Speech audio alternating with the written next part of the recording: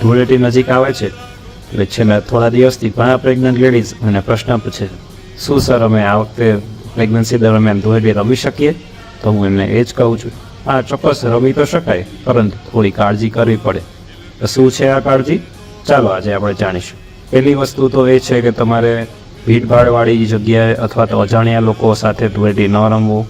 જાણીતા માણસો, family members, friends સાથે જ રમવું. સેકન્ડ થિંગ, ફેમિલી મેમ્બર્સ અને ફ્રેન્ડ્સમાં બી જો એમને ખ્યાલ ન હોય કે તમે પ્રેગ્નન્ટ છો તો એમને સામેથી તમારે જાણ કરવી કે તમે પ્રેગ્નન્ટ છો, કે જેથી એ લોકો તમારી સાથે ધૂળેટી રમતી વખતે સેફલી ધૂળેટી રમે અને તમારું પણ કાળજી કરે. થર્ડ થિંગ, ફૂલ સ્લીવ્સ અને ફૂલ લેન્થના કપડાં પહેરવા કે જેથી મેક્સિમમ બોડી પાર્ટ ઢંકાઈ રહે.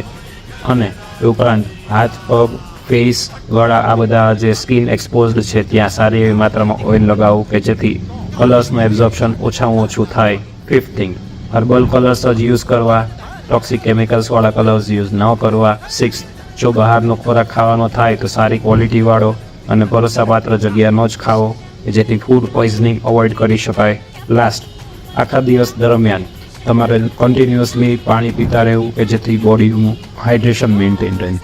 ઓકે, બસ કે આટલું જ ધ્યાન રાખવાનું છે તમારે. Happy Holi, happy Dhuleti, bye bye.